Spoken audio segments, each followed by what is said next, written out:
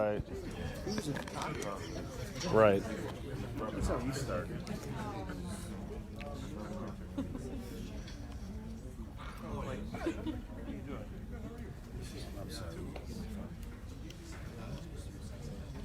Start just about a minute here. I'm glad you operate, because I couldn't see past you.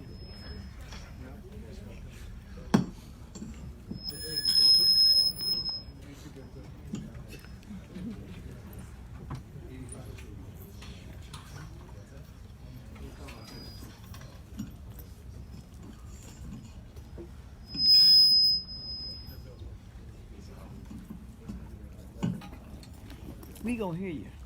Make sure the camera picks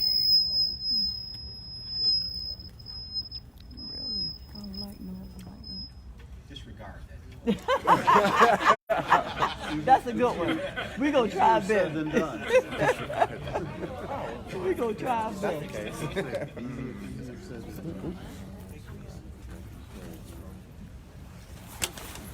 everyone for coming out. Thank you to the Voice, the Beacon, the Chronicle, the Daily Herald for being here with us. Our first media briefing of February. Turn it over to Mayor Irvin. Good afternoon, and welcome to our first of 3 media briefings for the month of February. The Deputy Mayor will host the second one on next Thursday, February 13th at 4 p.m. And I'll wrap up the month with the briefing 2 weeks from today on February 18th at 4:30. Now, let me take a moment to sincerely thank the media, especially our local reporters, Voice, Beacon News, Daily Herald, Chronicle, for consistently covering our media briefings and giving us priority coverage in print and online, in addition to your regular coverage of our city. I appreciate your professionalism and your efforts. I don't know how often you get that, but I want to extend it. Thank you.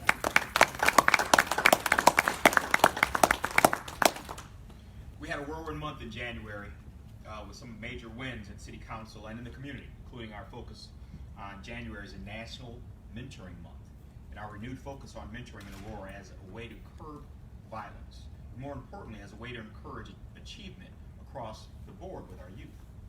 Thank you to my team at City Hall for putting in hours of work, planning, and research. So here are the 4 highlights of the month. First, we got a much firmer hold on the number of mentoring programs currently underway in the city of Aurora.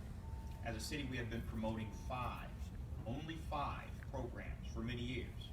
But when our initiative was made public and we continued to research, we realized that we have 5 times as many programs currently operating in Aurora, with an actual total of 50.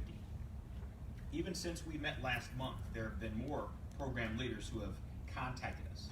Now we are producing a very specific promotional rack card for mentoring and leadership development programs to get them into the hands of our community members.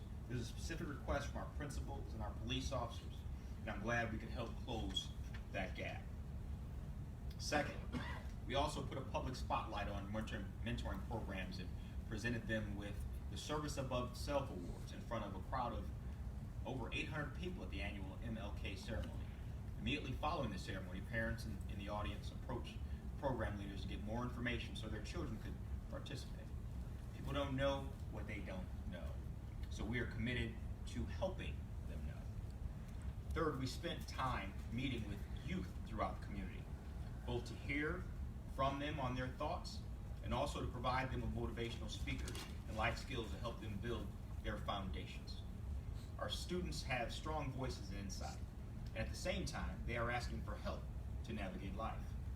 Girls Run the World hosted a conversation with youth that provided an outlet for students to express their concerns, while Boys to Men hosted the What's Your Life's Blueprint workshop that provided an opportunity for students to obtain usable tips for lifelong success and a free book to help them guide them along the way.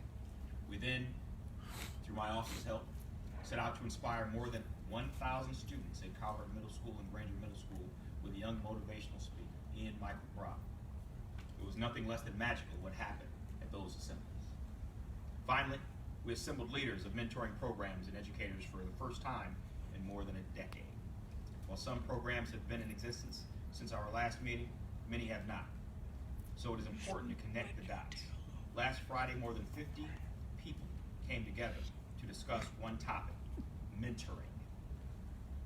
Educators shared their needs in schools, and mentoring program leaders shared what was working from their perspective and their prospective programs, and what else is needed to help meet the needs of the schools and the community.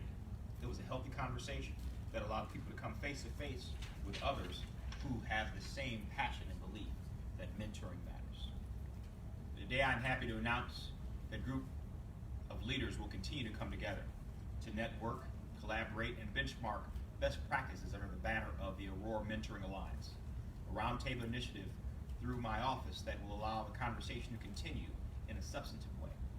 I've invited those members to my next media briefing, where we will share our new rack card, our new information, our website, other resources for the community.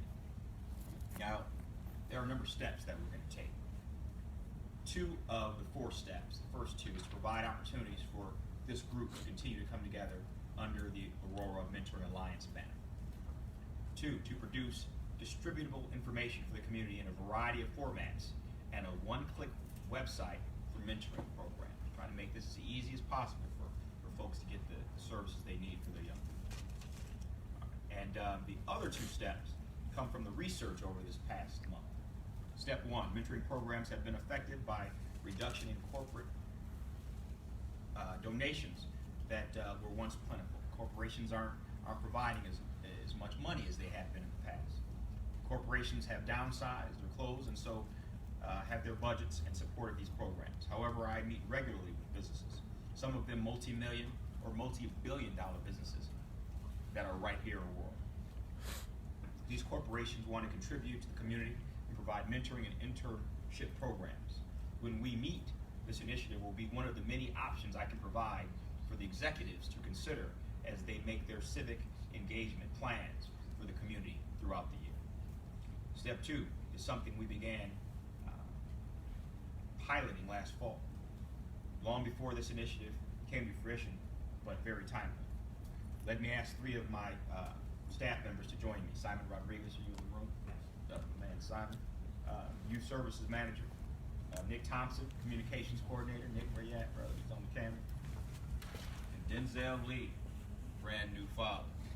IT Proud. specialist. Give it up for us. Last summer, the mayor's office was approached by a local middle school that was looking for mentors for a group of 7th grade boys. We were able to work with local mentoring programs who provided curriculum, but they still needed the mentor. They needed young men like we see here. These 3 men agreed to sacrifice 2 lunch hours per month to personally mentor this group of young men. The results have been phenomenal. I visited the school, met with the students, talked with educators, and have heard from parents. In just 2 hours a month, they are helping to change the lives of these young men. Let's give them another round of applause. Now, this isn't all that's happening. These young men are doing great, but the same thing is happening at the Aurora Police Department, where we have staff members like Sky Calise, Star Perella, and other mentoring young women and young men with great results. So I will be working with our HR department and department heads to increase our pool of millennial city staffers, train them, and connect them with school-based mentoring programs that are already in existence. With just 2 hours a month, just 2 hours, they can make a huge difference in the lives of our children in Aurora. Again, this is us working together with the schools and community to be innovative and finding a solution to a problem in our city. A little sacrifice can bring a lot of impact.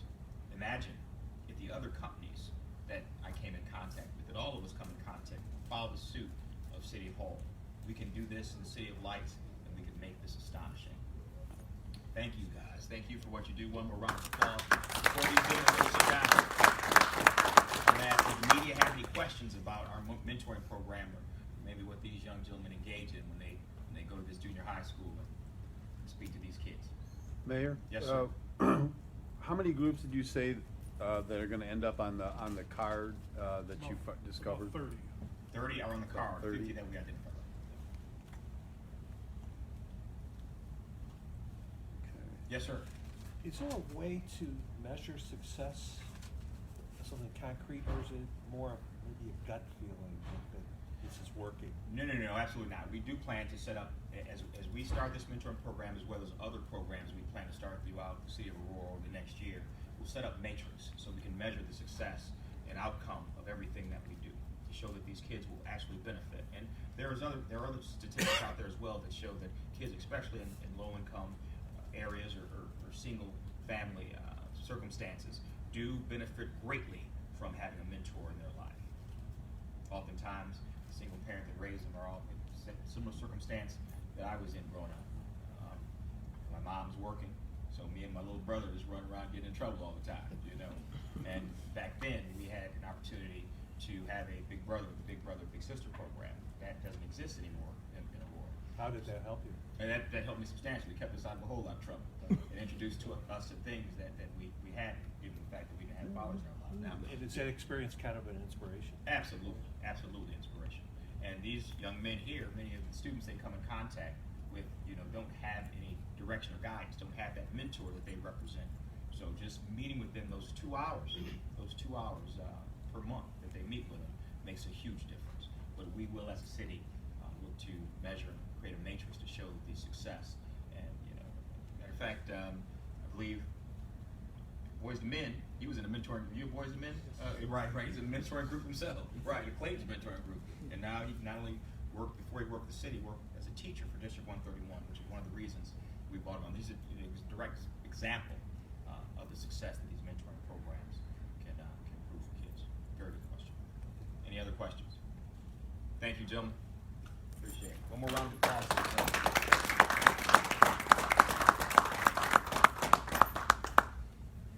The Aurora Mentoring Alliance is a complementary initiative to my education priorities. And that's one of the 3 critical pillars of my administration, along with economic development and public safety. These 3 have provided a guiding compass for us these past 3 years. As I close out my 3rd year in office over the next couple of months and head into the 4th year of my first term,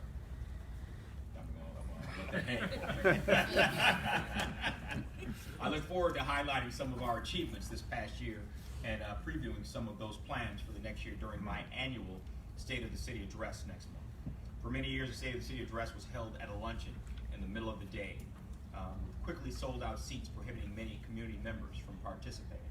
I remain committed to making this a true community event by hosting it at a community venue in the evenings. We will continue our partnership with the Chambers of Commerce by hosting with them. Today joining us are President and CEO of the Aurora Regional Chamber of Commerce, Jessica Linder Gallo, and the Chairman of the Quad County African American Chamber of Commerce, Alderman Sherman Jenkins, and Karina Garcia from the Hispanic Chamber of Commerce. Can you all join me up?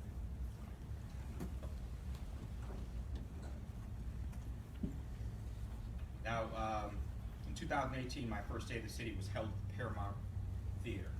Last year, in 2019, the second one was held at Aurora University. So we've been at the Center of Arts in downtown Aurora, and then went to the west side to our key institution of higher education, Aurora University. This year, we will take our State of the City to the far east side and hold it at a business hub and a community convening location for more than 4 decades. We are looking forward to hosting our 3rd State of the City address at the newly renovated Center Park at the Fox Valley Mall.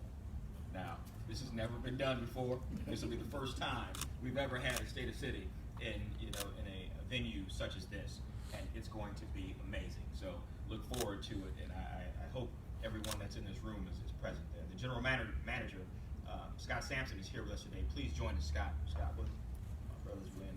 There you go. Stand right here, brother. You got opportunity right here. Good to see you, brother. Absolutely.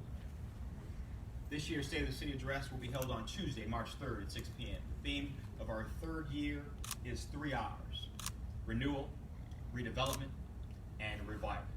This has been the trajectory of our city since my administration took office, beginning with a year that focused on renewing the spirit of Aurora and faith in what we could become as a community.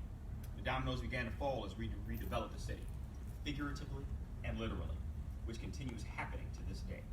Now we are going through a distinct period of revival this year that empowered us to be Aurora strong and inspired us to believe As we go into the fourth year, we will focus on the fourth R, which I won't mention what that fourth R is today. I'll leave it for the state of the city. Today we're going to focus on the 3 R's that I pointed out. And when you come to state of the city, you'll hear what that fourth R is. That will be the direction the war's going in. Fox Valley Mall has made a significant commitment to the community and upholds our theme of renewal, redevelopment, and revival in its current plans of redevelopment. If you haven't gone to the mall lately, they've done great work redeveloping, and that's just the interior. And they have plans over the next year to redevelop the exterior as well. And that is kind of the theme that you see here in Aurora, where we have started working within ourselves, the interior, to make a difference. And you'll start noticing all the change from the exterior very soon. Now please welcome Scott to the mic to share a bit more. Scott? Let's give Scott a round of applause. We are, on behalf of Centennial Real Estate and Fox Valley Mall, we are thrilled and deeply honored to be asked to host the State of the City Address this year. And with Aurora under construction, it's the perfect site because we literally will be standing in front of a construction site where we're building the second phase of our Center Park project, an 800 square foot treehouse themed tower that's under construction right now. At the same time, we're in the process of building a 15,000 square foot Comedy Shrine brand new comedy club. And right next to where we'll be hosting at Center Park, where we started construction this week on a brand new Pandora jewelry store. Now this is a store that had expired and left Fox Valley Mall a couple years ago, went to downtown Naperville. Guess what? They're back with a new prototype store. Come on, give that a round of applause. Come on home. Come on home. Aurora, where is that? That's it. And thank you for your partnership. Where is that? Royce, where is that? Now, you know, it's funny to me, we did a ribbon cutting for the beginning phase of the park in the center of the mall. And I talked a bit about my experience in the mall, you know, when it opened back in the 80s. And I was there in the 80s, but I wasn't there in 75, right? So, right. I'm short his age now. Anyway, sir, thanks for I'm on the mic. But, you know, I was a teenager, you know, in the early 80s, and as many teenagers throughout the country around that time, the malls were so popular. I remember wandering around the mall aimlessly for hours. Not much money in my pocket, probably just enough, and I stayed at the ribbon cutting to buy a slice of Sbarro pizza, you know, and share it with my buddy that cut the bus with me to the Fox Valley Mall. So to go there now and have our State of the City address for the city of Aurora, you know, it brings back memories and it touched me. So I really appreciate you guys willing to accommodate us to have the address there, and I think it's going to be our best address so far. We've had some great ones, but I think this one here is going to, you know, show us all what it means to be Aurora, starting from all those years ago when we used to wander through the mall as teenagers to now where we're all working together to redevelop and make this mall something that people will come from miles around. Yes. And let's have some Sbarro pizza there. Of course. Reminiscing, right? All right, now free tickets for the event will be given next Monday, February 10th, at noon online at the city's website. But we have a limited number of tickets for the seating area that will be sold.